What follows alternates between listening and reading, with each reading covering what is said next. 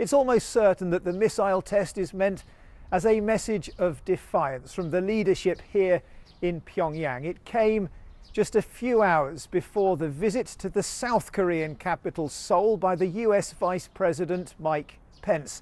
And of course, just a day after North Korea held a massive military parade, a show of strength typical of this most totalitarian of states, and at which it unveiled what are believed to be its first intercontinental ballistic missiles.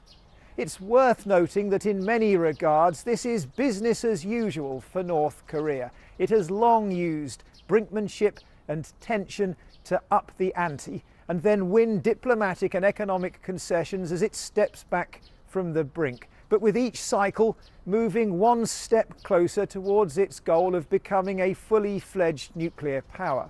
What's new in all this is not what's happening in this capital, but in Washington, of course. But it seems that North Korea's actions suggest that it is confident that President Donald Trump will, like his predecessors before him, eventually conclude that the cost of military action is simply too great. Well, I don't think there's any sense here that people expect anything to happen. We've lived in this kind of state of fearsome rhetoric and threats from Pyongyang pretty well since 1953, and the tension goes up and the tension comes down. If you go out on the streets here, people go about their business. There's no panic buying. Nobody's preparing to go out of the city, for example, and 25 million people live in this region within range of North Korean artillery. The US Embassy, business as usual.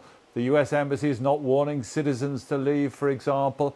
So the assumption of ordinary people is that this is another spate, another spat between Pyongyang and Washington and Seoul, which will come to nothing. But as John pointed out, the different element of in all this is the new president in the White House, who is talking very, very firmly, very toughly.